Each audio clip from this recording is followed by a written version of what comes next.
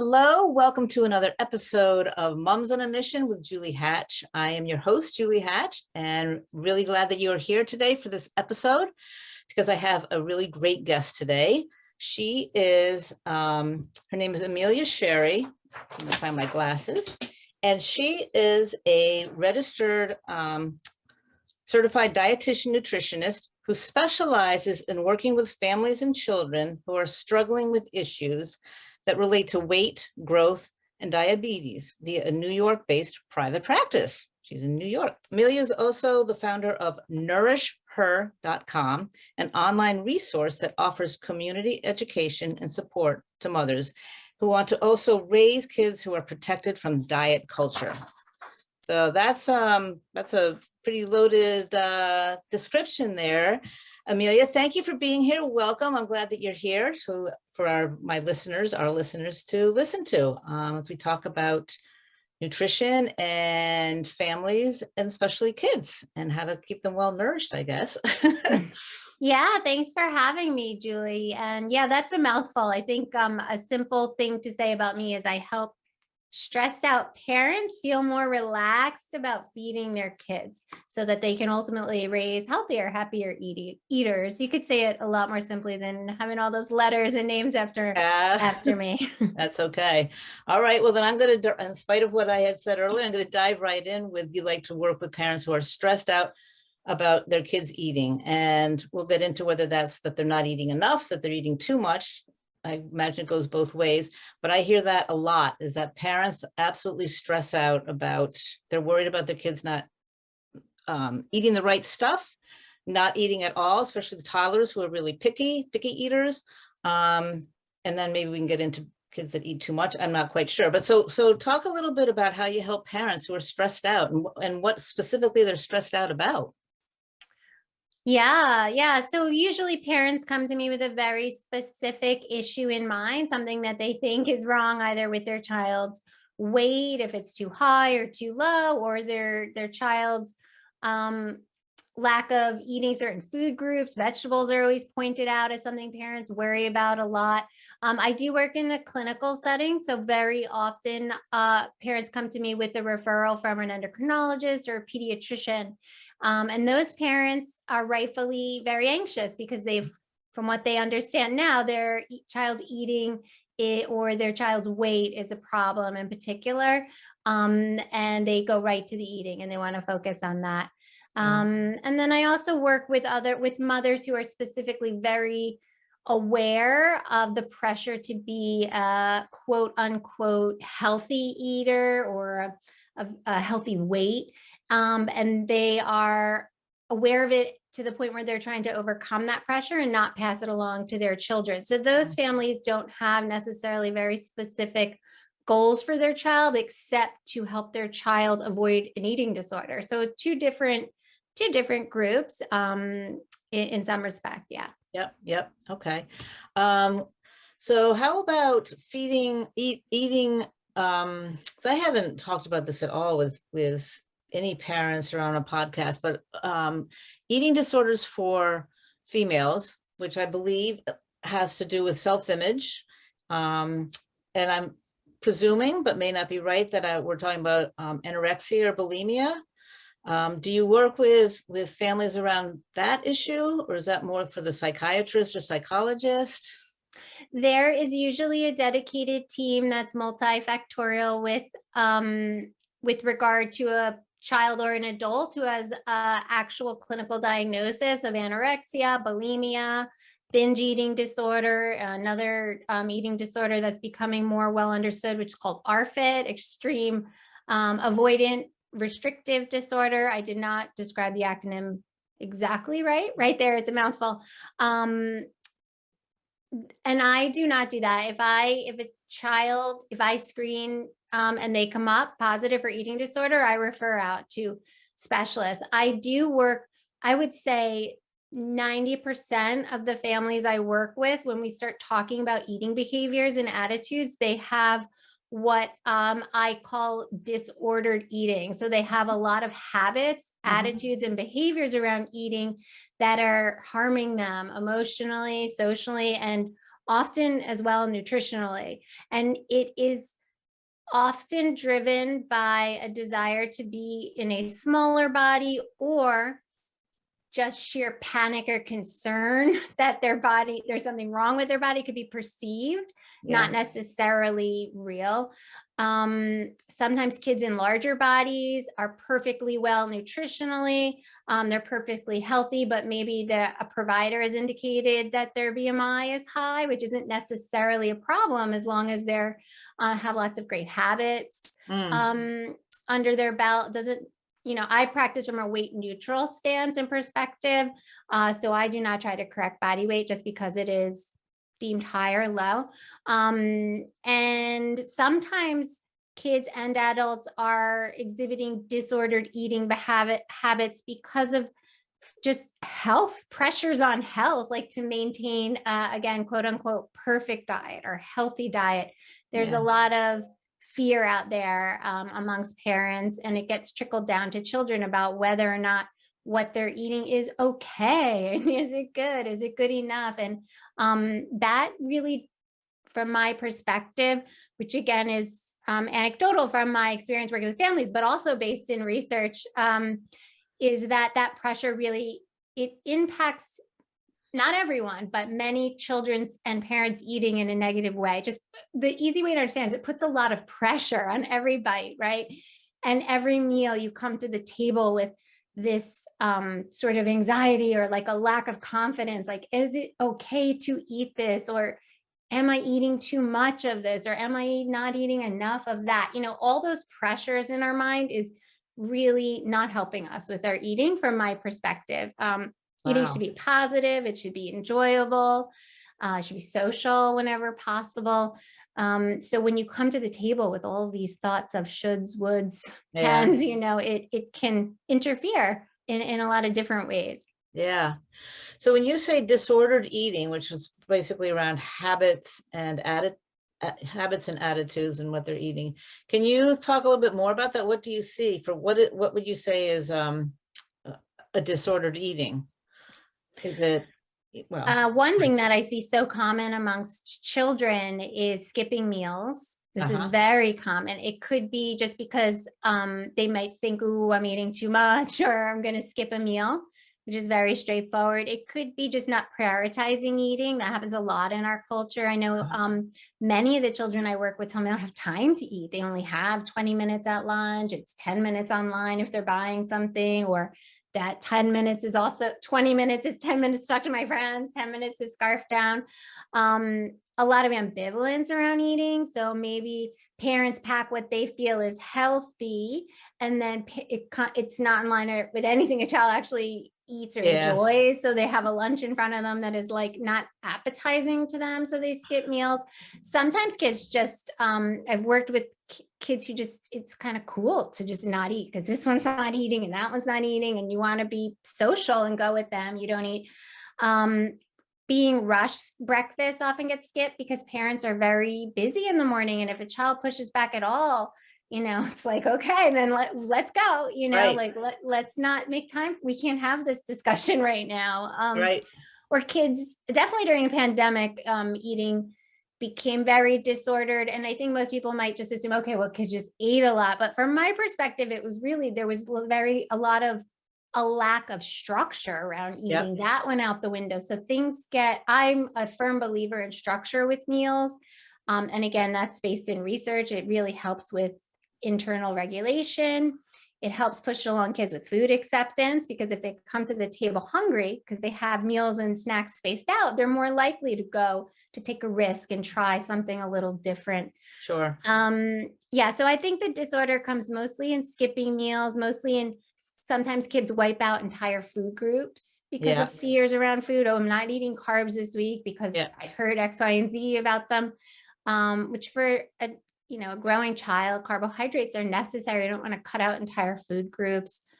To me, that's disordered. That is not, especially say, for example, if carbs are all that's available, you need to feed yourself when you're hungry and nourish yourself, and just swiping it out because of a ambiguous fear about it is not, obviously don't recommend doing that. So I find that to be a disordered way of approaching eating, I suppose.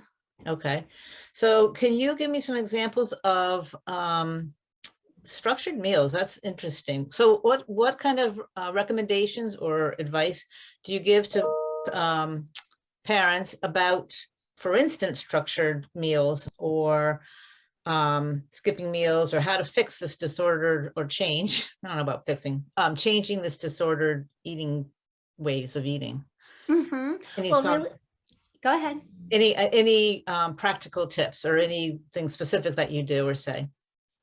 Yeah, sure. So it depends on what the kind of dysfunction or disorder is around. So for example, if a child is swiped a whole food group out of their eating, then we really want to talk about eating attitudes. Like, why have you removed this? What is actually the benefit? What is the negative? So that would be one conversation. But I know you asking more about structure.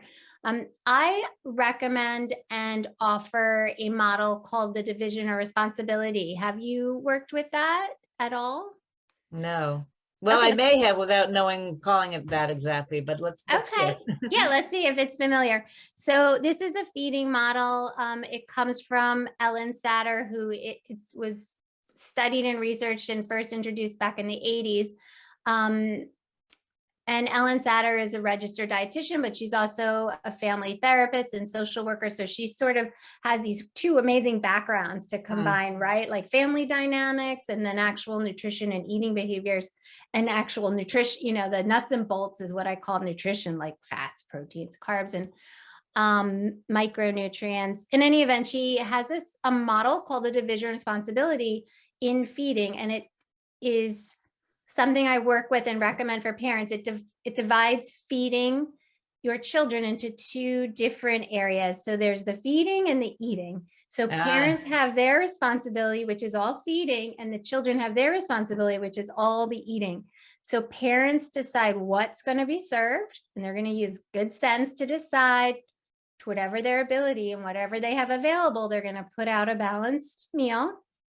And when meals are going to happen and where. So they're really building that structure. And sometimes we call it the discipline of eating, right? It's all the adult responsibilities of eating, the feeding. And then children are in charge of how much, how little, and whether they want to eat or at all. And the reason being that those are all, I'm terrible at saying this word, but interoceptive, like because they're decided on internally, right? From body signals. How hungry am I? How full am I? Do I even have an appetite for what's being, offered here, or any interest in eating? We never want, as a parent or feeder, to cross that line. And we were talking a little before the show about how we don't want to force kids, right, to eat. We don't want to pressure a child to eat when they're not hungry. And we don't want to tell them to stop because and I'm using air quotes again, think or feel they've had enough. We don't know how they feel. They know. And we want to keep them in touch with that knowing and knowledge, which they've had right from birth. I'm talking about healthy children, of course, not children that have other more serious issues going on. Most children are very healthy. So we want to keep them in touch with that as best of our ability. We don't want to take away from it. Okay. And we don't want to force kids to eat foods that aren't appetizing or that they're fearful of. We just don't want to do that. We have another term called considerate without catering. We want to be considerate. We don't want to put out foods that they've never seen before or are really scared of. But we also don't want to cater. We don't want to just offer them just what they eat, right? And I forget why I started, the structure, right? So a very important part of this is the structure, that discipline the parents need to have of offering regular meals reliably to the best that they can do, so that the child can feel reassured and confident. Okay, I'm always going to eat around this time. We don't have to be really militant about it. And so it helps them to internally regulate, right? I know I always eat lunch around this time. I don't even need to know what time it is. And we're going to eat dinner tonight. We always eat dinner. We never skip. So if I don't get enough now, I can eat later. It helps them build confidence with food. So they trust the parent to offer the food, and the parent trusts the child to eat as to best their ability. Right. They love that. That's great. that's putting, yeah. Well, yeah, I wish I could say I came up with it and put all the energy and research behind it to show how effective and there's so many benefits to using this model. But I can, of course, I discovered it. It was very helpful for me with my own relationship with food. You're actually working on what we call building eating competence, which is something that we can measure thanks to Ellen Satter. And it helped me. I didn't share this at the get-go, but I had a very disordered relationship with food growing up. I was always dieting, things like that. And this helped me quite a bit personally. And when it came time to trust my children to eat in a positive way, deferring to this model was really helpful, especially if you have a disordered, or I can be very triggered around foods. I get very nervous, or you're having too much, or no, you didn't eat enough. But if I turn to the model, it reminds me to trust my child, which I'm teaching my child to trust themselves, right? And their own body, as opposed to taking that trust from them and telling them I know better, right? Which I don't know better. Excellent. A couple of things come to mind.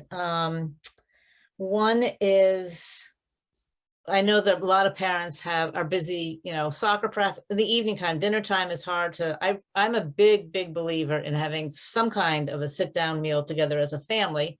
Breakfast is hard, lunch, everyone's away. So some kind of a dinner, and weekdays, that's a real challenge. Do you have any pieces of advice or tips on how to, what to do?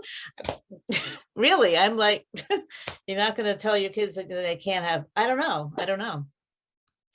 Yeah, well, I have the luxury of working with families individually. So I love to say that I have a blanket answer and here's a solution for everyone. I don't, but what I can do is work, what you can do on your own, if you're listening, is really to think about priorities, to understand and learn more about the benefits of shared meals and family meals. There are many benefits that do impact right up until actual nutrient intake for children, but also go well beyond that into social behavior, performance in school, self-esteem, things like that for kids. So there's a lot of benefits. And I just basically lumped more pressure on parents, which I didn't mean to do.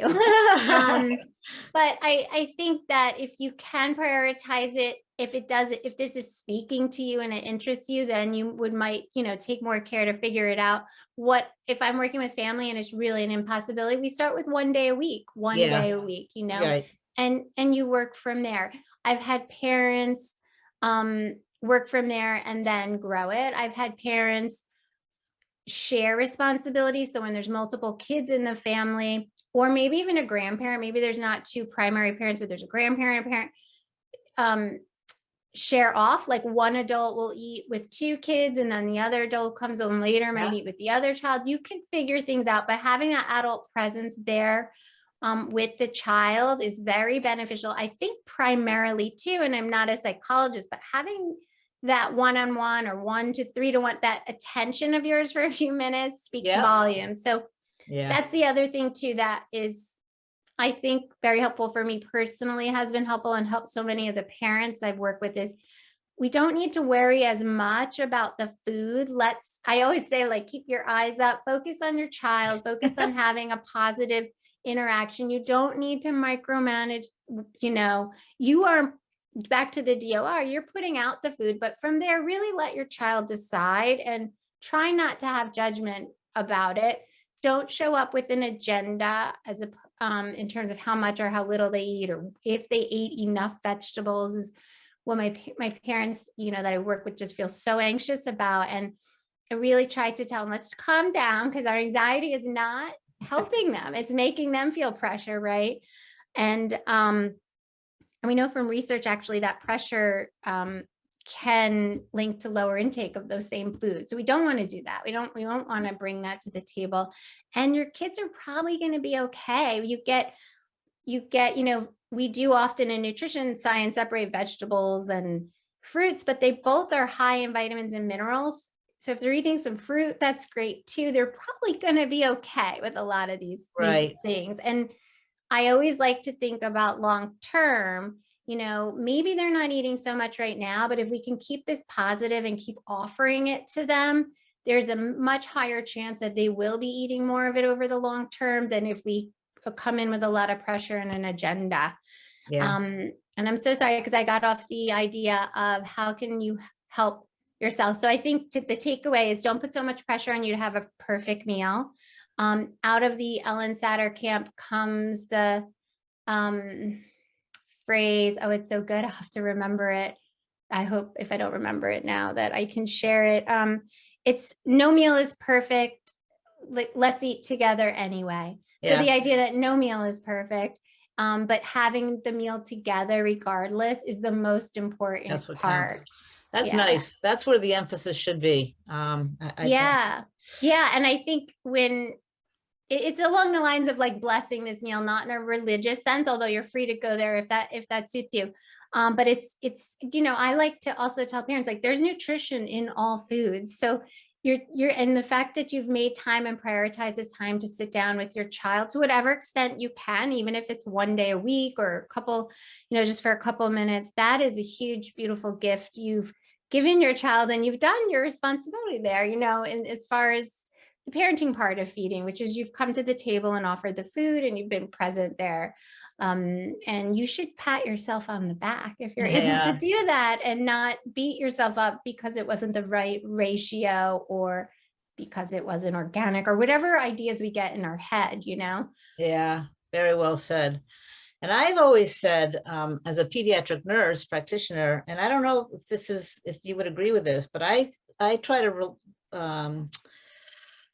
help parents feel a little better, to be a little more relaxed, because I don't believe that any child who has food available to them, they're not going to starve. They will make sure that they eat and that they will, like you say, they'll be okay as long as the food is available to them to choose, you know, to eat when they want to eat. Yeah, I absolutely agree. And what you're saying there is that you can trust your child to eat, they have the skill to feed themselves so long as you give them the opportunity, right? Yep, exactly. This also, I wanted to talk a little bit about the power struggle, especially picky eaters and toddlers, because especially toddlers, they have, especially toddlers and young kids, they need to feel like they have control in life, and they can control what goes into their mouth. They can control, you know, how long it takes to get through and when it comes out, whether they want to be constipated or not. And so we probably are not doing them any favors by sitting there and arguing with them about eating their broccoli, or because they're pretty much probably going to win. I absolutely always tell parents that this is not a place where you want to engage in a power struggle. Children are so intelligent, and you're right, you probably understand it way more than I do, but those younger children, they sense. That's why I say to don't have an agenda when you come to the table. Do your job, show up, offer what you can at that moment. Make sure there's at least one food there your child can eat confidently, but don't have an agenda, because if your child senses that you have an agenda, they're going to lean into it and use it. You know, getting power in that moment. I'm not making children out to be malicious at all. I think it's a healthy part of development.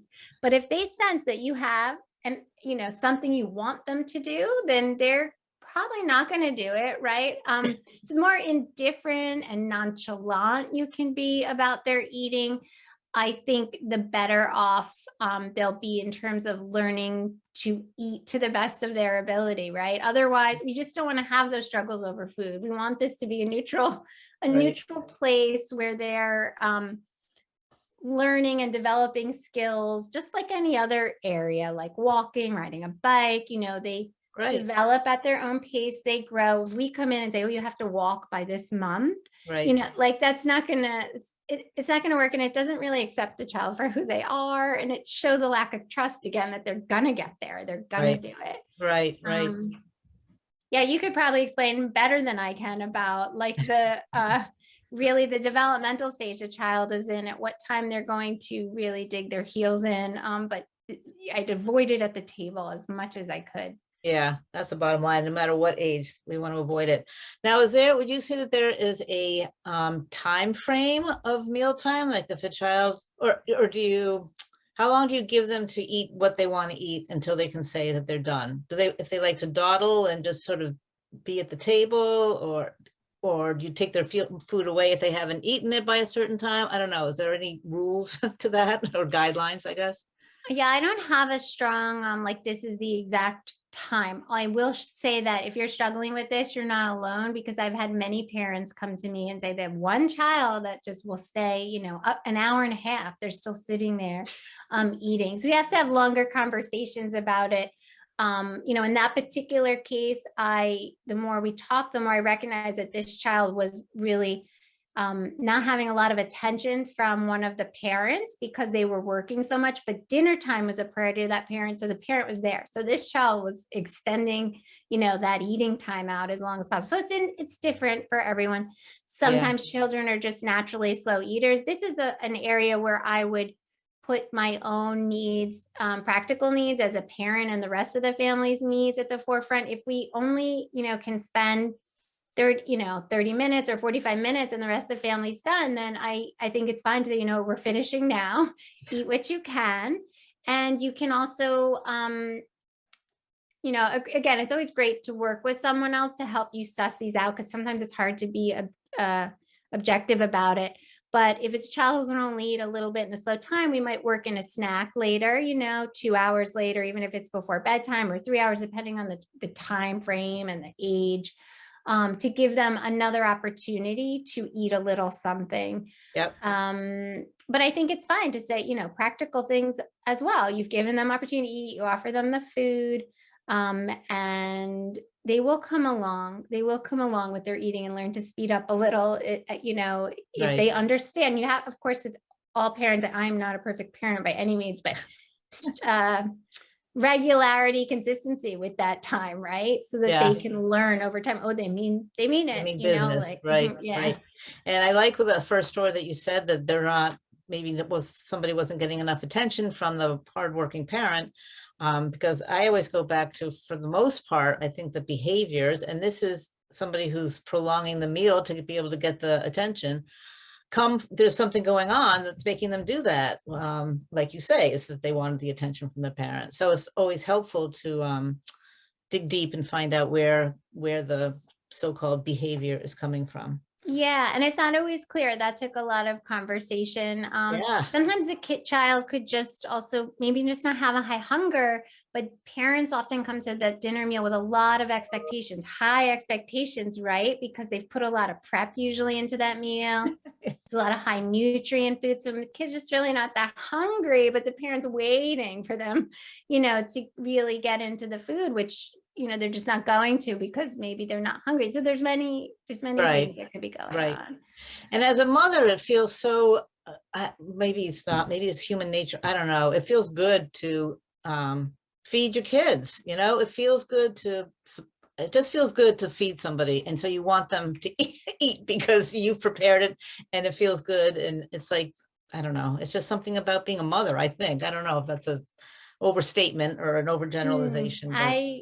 I absolutely agree. I mean, my husband does a lot of the cooking during the week, and I can tell he gets insulted, if like I don't eat a lot, and it is an emotional thing, I think, for mothers and anyone who puts a lot of preparation time, effort into making a meal for people they love and care about. Yeah, you want that reciprocal. Or are they going to take it? Like, it's a labor of love.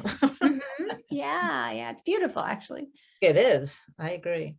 I also wanted to ask you about, you've talked about the diet culture of Americans, and I don't know if you mean diet in terms of how we eat, or diet like we all think of as trying to lose weight, but can you comment at all on what your thoughts are about the diet culture of America?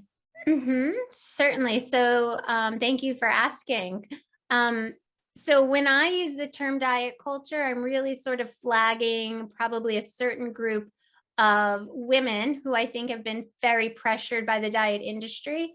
The term diet culture was, I'm not sure if it was coined I think it was by a brilliant dietitian and author named Christy Harrison. She's the author of Anti-Diet. She either coined the term or has definitely given it legs, and really explains a lot about the pressure that we feel in this country to maintain the thin ideal, to eat certain foods and in certain ways, to really take care. What she's talking about is often managing weight. Yeah. So when I use that term, I'm sort of speaking in her language. Me personally, I also believe that diet culture is more what I think you were thinking of as well, which is more of like a food or eating culture in this country. So yes, there is pressure to maintain a certain weight. But there's also another, I think, deeper, more subtle pressure. I'm not sure that it's subtle is the right word. More insidious pressure, maybe, it's to be very healthy. So to eat to support your health, which, yes, that's eating can support your health, and be something to strive for, but it also got taken to an extreme, which I think many people do, can have some negative consequences. It can be very stressful. It can limit our social interactions. And have you ever heard of the term orthorexia? No. So orthorexia is an eating disorder, and it is when we are extremely focused on eating healthy foods. So we might not be concerned about our weight, but we might be very, fearful of eating anything unhealthy, to the point that it does impact us, our nutritional intake, because we've now cut out so much foods or limiting so much food. So any idea can be taken to an extreme, especially of a certain personality, anxiety, things, perfectionism, those things weighed together with this diet culture, even maybe like a health culture, an eating culture. It's broader than just the diet industry, in my mind. There's a lot of stigma attached to certain foods where people will judge, oh, you're going to eat that, or even people in different socioeconomic groups who might not have time or resources, or even live in an area where they can access certain, and I'm using air quotes, healthier food. Right. They might feel morally judged. It goes deep, really, really deep. So that's some of what I'm talking about. And there's so many very, thoughtful people who are discussing this. I think more and more now, for sure. Interesting. Orthorexia. I sort of giggle a little bit, because I definitely know people that they need to eat the right things. And if they're not eating what they think is the most healthy thing, so that's would you call that a feeding not a disorder? What's the word that you use? It's an eating disorder. Yes, it is. And it may sound strange to people, but personally, I've experienced this in some of my darker days. You just alluded to a little bit. So the idea of, being out at a party, for example, and now all of a sudden you realize there's none of the foods there that are on your okay list.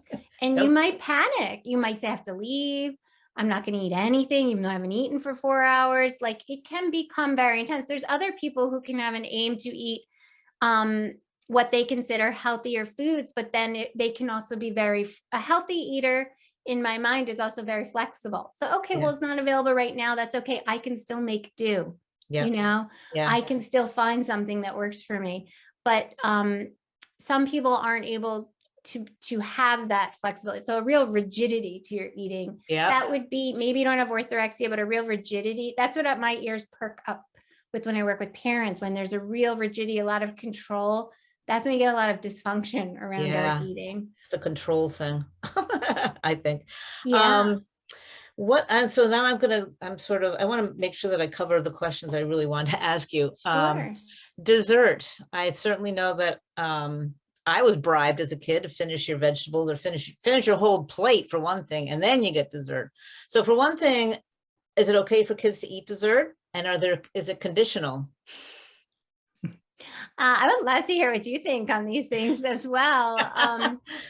I, as a parent too, Do you want to share what you think, or would you want me to just launch into my? No, please go right ahead. All I know is that as an adult, I feel so great because I can eat dessert whenever I want, but I don't think, I don't know, really. Well, how would you feel if your date at night said you can have this? Do you drink wine? Oh, yeah. You can have this wine, but only if you finish your whole dinner, Yeah. Bad message. including the vegetables. Bad message. I Definitely. mean, how do you even just feel in your, your tummy? Like I just seize up, like, what? Oh no. Like, I'm not going to have anything then. yeah, it's not a positive feeling, and it creates not a positive dynamic between you and the wine, between you and the other person, now between maybe food that looked really appetizing to you on your plate, all of a sudden feels like a chore, so so I don't recommend making it conditional. In fact, for parents who have a good nerve and can hang with me with it, I recommend putting the dessert on the table right with the meal, just to neutralize whatever we don't want to elevate it and make it the be all or end all reward for eating foods that we might not like as much. I mean, we could actually enjoy all of the foods equally if we didn't, I think, create this dichotomy of you have to eat this to eat that. With the dessert, I recommend just one serving per kid at dinner, because otherwise we want to make sure it doesn't crowd out room for all these other foods you've put time into preparing. But I don't recommend using it as a reward, as a bribe, having conditions around it. And I always think, you could think about the wine example that seems to drive it home, or just think long-term, how do you want your child to feel, about this food? You want them to be able to enjoy it, the way it's meant to be enjoyed, right? That was a good answer. Very good. Your answer is better than my answer was. I like that. All right. So we're going to start winding down here. Kind of, I don't know, that's not really a summary, but is there anything that you would say to parents about if they're concerned about their child's eating habits, or whether their child is developing or at risk, is developing or is at risk for developing an eating disorder? Is there anything that they should look for, pay attention to, do, not do? In terms of eating disorder, or even just if you have some issues that are cropping up around eating, I would look for a lot of tension at the table. I would look for kids who get, as far as eating disorder, very upset when you change up the meal, or who suddenly start refusing to join you at the table. That rigidity with what you've decided to cook. If you've experienced this, there'll be a lot of pushback from the child. I'm not going to eat that. And that's really for maybe more of an adolescent or a preteen child who has the ability to be like, I'm not going to eat this, so I'm going to make my own, that. And you notice that they're very rigid with what they'll accept and not accept. For the most part, I would say if you're feeling a lot of tension and stress about feeding or eating, reach out to a dietitian, reach out to even someone who has a background in having healthy, I want to say disordered eating, but that's going to sound way too extreme for parents. Someone who focuses on what I do, which is developing that healthy relationship with food, as opposed to finding someone who's going to help you really get the exact right nutrients into your child, which usually, backfires. And you can rest assured that just because you're focusing on relationship doesn't mean your child is going to be any less well fed or not get as much nutrients. It's just really helping take that edge off and make this the positive experience that it's meant to be, and that it has to be in order for it to be sustained over time. This has to be enjoyable, pleasant, so that we all are putting the time and effort into having the meal, making the meal, being there, right? So I imagine, as everything does, starts with the parents. So the parents' relationship with food is going to perhaps be projected onto the child. So I guess if we can have a healthy relationship with our eating and can model it, then our kids are ahead of the game. Yes, absolutely. And that is, you mentioned NourishHer, the website that I have, which is really like an online resource for moms. That's exactly what we do in the program that I have, the 12-week program I have for moms who are really, really struggling. We go for the first 4 weeks and we talk just about our own relationship with food. We talk about building this concept I mentioned earlier, which is called eating confidence, our own eating skills. Where do we sit with it? How are we really feeling with it about different foods? Are we really okay? You know, if our child wants to eat a lot of pasta one day, or if we want to eat a lot of pasta, you know, or is that upsetting? So we have to get in a positive space ourselves. And then actually the next 4 weeks are the feeding part, and it flows a lot easier and makes a lot more sense. Yeah. Yeah, you're absolutely right. And it's wonderful that you think of that, because it took me 5 years of practicing pediatric nutrition before I realized, wow, you know what I need to do is make a program for parents. Yeah, right. That's where it all starts. All right, Amelia, I think we're going to wrap up here. This has been really great. I know that we could talk about a lot more. Maybe we'll do another podcast episode. I'd love to. I'd love to talk more back and forth too. And I know. Yeah. It's so, it's really, really important. So this is Amelia Sherry. Her website is NourishHer. That's NourishHer.com. And like she says, she has all kinds of resources there, so you can check her out and see what else she has to offer, a lot of it. But that's it for the talk with Sherry today. And thank you for being here and listening. And I will see you next episode next week. Thanks for tuning in, Julie. and I'll see you soon.